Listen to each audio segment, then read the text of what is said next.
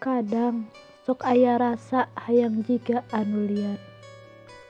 Hurung nantung siang lempang, hirup nanjung taya kakurang.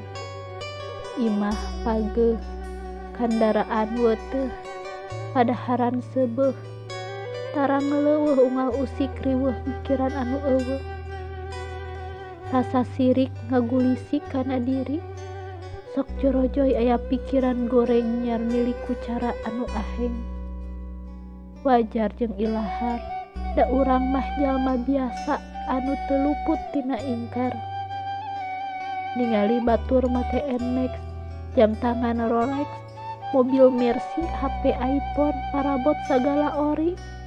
Puntang banting hayang nganyaruaan, dug hulu pet nyawa melaan dunya.